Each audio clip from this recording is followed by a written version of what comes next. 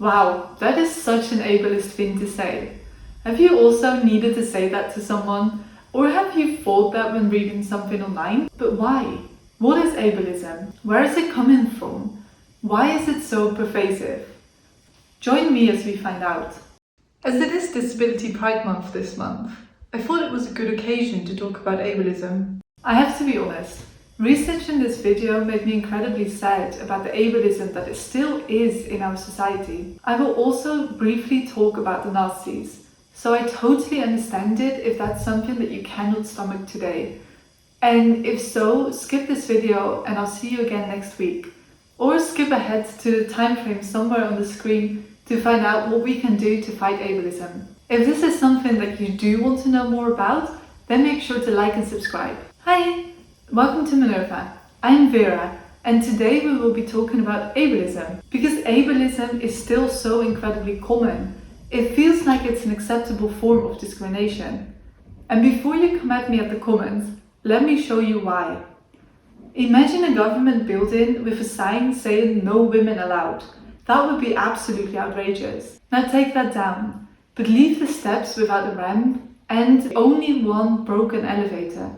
And then it becomes mundane. Both are very different but active ways of stopping an entire group from entering your building. Which is also why the transgender bathroom bans are so incredibly discriminatory. You're not just banning someone from their bathroom, you're making it essentially impossible for them to be in your building. At its core, ableism is the discrimination and prejudice against disabled people, according to the Merriam-Webster, in favor of non-disabled people. This is based on the belief that non-disabled people are superior to people with disabilities. Ableism can be systemic, interpersonal, and internalized. It treats people with disabilities as invisible, disposable, and less than human, while taking for granted the able-bodiedness as the default state of humanity, as said by Domage. But to really understand this, we have to dive deeper into the reasons behind it. There are multiple ways of thinking about disability. There is the medical, the religious, and social model of disability. The medical model of disability says that people are disabled by their condition itself. It views disability as the deficiency of the individual, and it seeks to cure this. Then there's the religious model of disability, which views disability as a punishment by God inflicted upon an individual or a family as punishment for sin. I think that this model still contributes to the ableism that we see in society today, even though people are becoming less and less religious, at least in Europe. We still live in a society that is based upon these Christian values and morals, and it still informs our view of things. These models are the opposite of the social model of disability. The social model of disability is a term first coined by Mike Oliver, the first professor of disability studies in the world. The social model of disability says that disabled people are disabled by the barriers they face in society, rather than by their condition itself. This is also one of the reasons why disabled people prefer the word disabled, because it means exactly that. We are disabled by society, rather than handicapable or differently able or whatever. A good example of this model is the neurodiverse movement that seeks to dispel the notion that conditions like autism and ADHD are inherently bad and need to be cured, rather than a variation in humanity. There is a discussion mostly in the autistic community about whether or not a cure should exist. The idea that a cure should not exist is also ultimately a privileged position based on level of masking, support needs, and whether or not someone is verbal. More of the autistic people who would like to have a cure have higher support needs. A member of the autism subreddit who has higher support needs and is nonverbal has said that they would like a cure because they feel trapped in their body. That's why I personally believe in a combination between the medical model of disability and the social model of disability.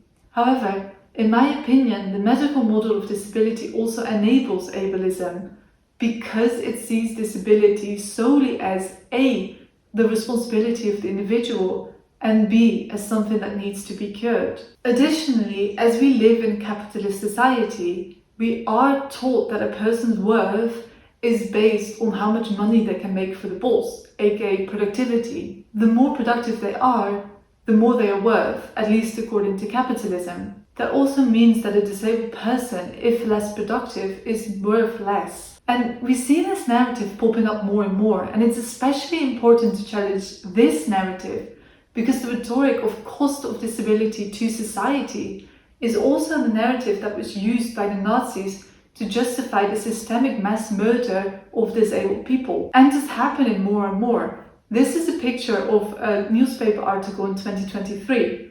This is an ad from the Nazis. Spot the difference. However, you are a person, and as such you have worth. Now that we know what ableism is and where it comes from, let's have a look into how people are affected by ableism. It is simply impossible for me to sum up all of the ways in which disabled people are affected by systemic ableism. However, here are some of them. Making disabled people pay for their own care out of pocket rather than taking it out of the health insurance, which, by the way, disabled people also pay into. This is essentially a tax on being disabled. Social exclusion and poverty. Cutting benefits for disabled people because they are costing too much. No sign language interpreters in press conferences of respective governments. The fact that disabled people still lose their benefits when they get married, as if one doesn't need or want an income irrespective of their spouses. No ramps. Building without an elevator or a broken elevator. Ignoring the lived experience of people in favor of the expertise of non-disabled experts. The fact that popular magazines and newspapers are still rarely in braille. Using ableist language. The language that health is our greatest good. And this culminates in books like Before You, which portrays a disabled man wanting and ultimately getting euthanized because of his disability. Now, this can be true for some people, but it becomes problematic if that's all we see. Being denied a mobility aid by a doctor or health insurance because A, they don't think we need it, and B, the idea that if we use that mobility aid, we suddenly become too disabled.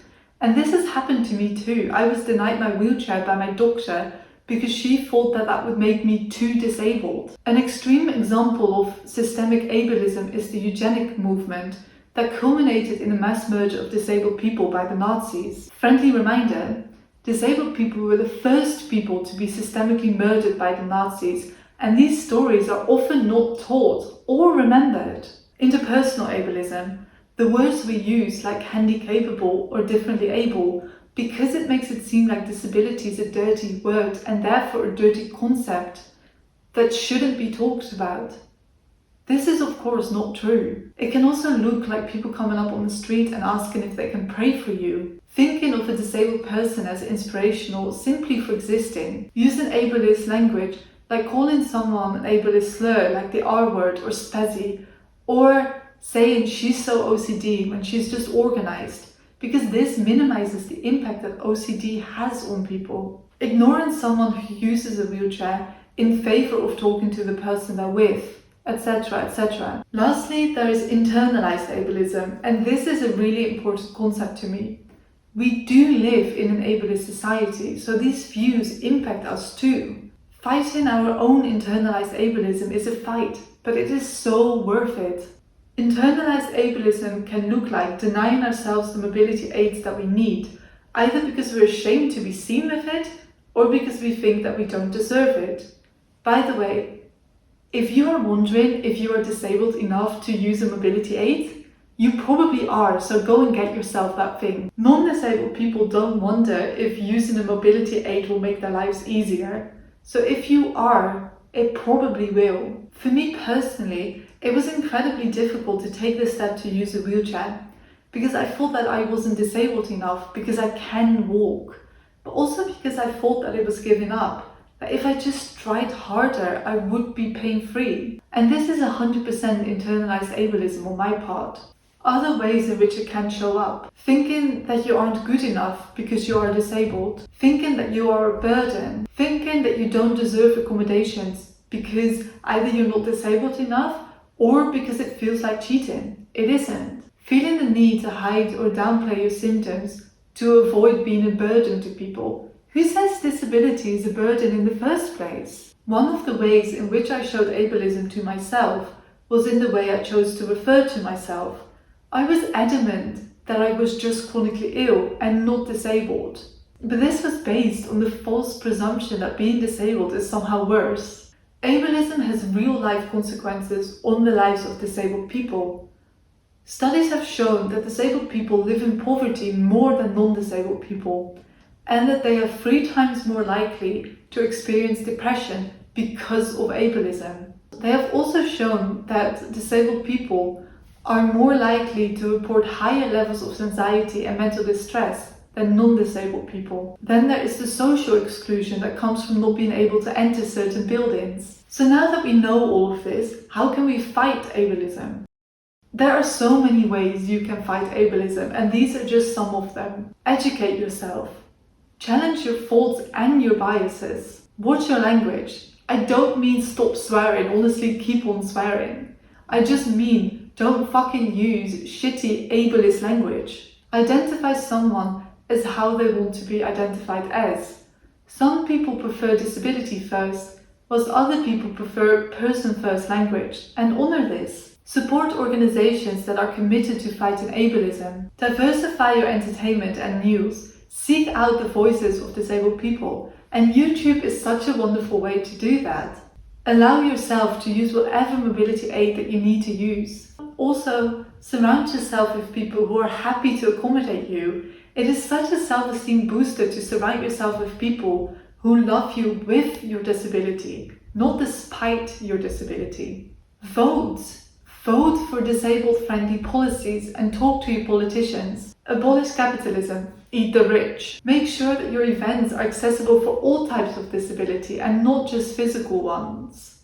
I leave a link in the description box below that will tell you exactly how you can do that. Speak up to dismantle the systemic ableism when you see it. If there's a building that's not accessible, then speak up. Meaningful action against ableism will only happen if you confront systemic ableism. Just changing your attitude is not enough. Be aware of the intersectionalism of disability.